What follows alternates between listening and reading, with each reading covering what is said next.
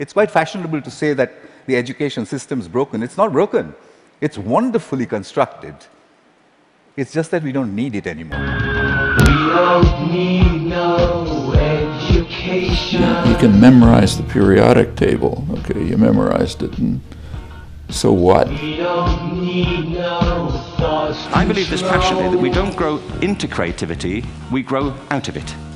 Or rather, we get educated out of it. Teacher, leave them kids alone. You doctor yet? No, Dad, I'm 12. Talk to me when you doctor.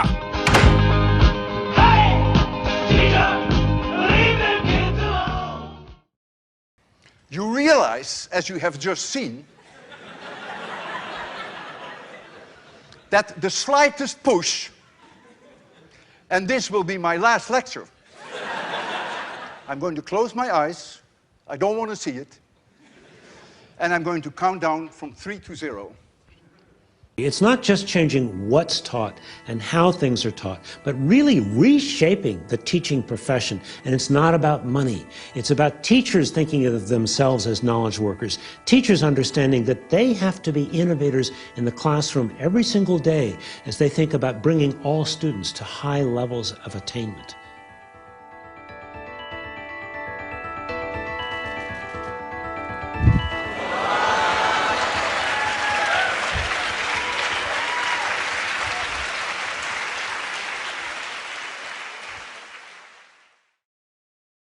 World-famous physicist was teaching his freshman courses.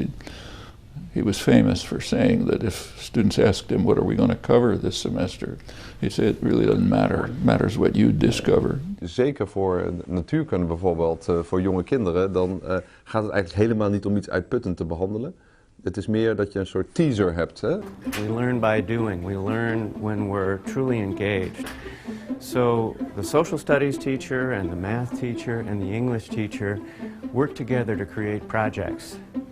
So a good example would be this young man here who's doing a podcast about what it's like to be an Indian student in an all-white school. So that's something that's personally meaningful to him. And in that project, he's doing a podcast, but he's also using learning word processing skills, communication skills, and bringing in social studies, politics, and history. So he's bringing in 3 or 4 different subjects and working on an individual level with his teachers to make sure that the project that he's doing helps him satisfy the state requirements, for example, for learning. En ik denk dat is een heel belangrijk inzicht voor kinderen. Dat ze niet alleen maar uit boeken leren, leren wat op het bord staat geschreven, maar dat ze actief leren, dat ze het zelf doen. En ik heb altijd het gevoel dat dat vaak ook wel momenten zijn waarbij het wel echt blijft hangen. Want je hebt het als het ware zelf die kennis verworven, in plaats van dat het je wordt aangedragen. There was a time when Stone Age men and women used to sit and look up at the sky and say, what are those twinkling lights? They built the first curriculum. But we've lost sight of that wondrous questions. We've brought it down to the tangent of an angle. But that's not sexy enough. Veel van wat ik op school leerde, dat was toch gewoon kennis. En daar zat heel weinig prikkel in om verder te gaan leren. Dus je had ook een beetje het gevoel, als ik dit heb geleerd, nou, dan heb ik die gaswet wel en dan ben ik klaar. Dan ken ik de gaswet. Ja. Dat het nog honderdduizenden vragen oproept en dat je daarover verder kan nadenken, dat werd toch minder gestimuleerd. The way you would put it to a 9-year-old is to say if a meteorite was coming to hit the Earth, how would you figure out if it was going to or not? And if he says, well, what, how? You say there's a magic word, it's called the tangent of an angle, and leave him alone. He'll figure it out.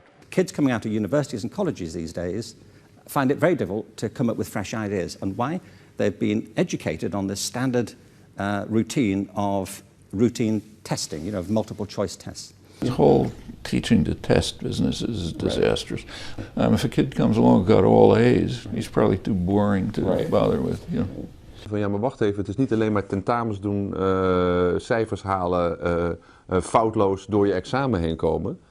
Er zit een wereld achter.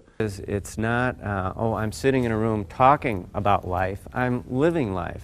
So there's an integration of work and learning and living and play. It all becomes the same thing. Yesterday found only in a half dozen advanced experimental schools. Today in tens of thousands of public schools from Santa Monica, California to Bronxville, New York. Progressive education is in force.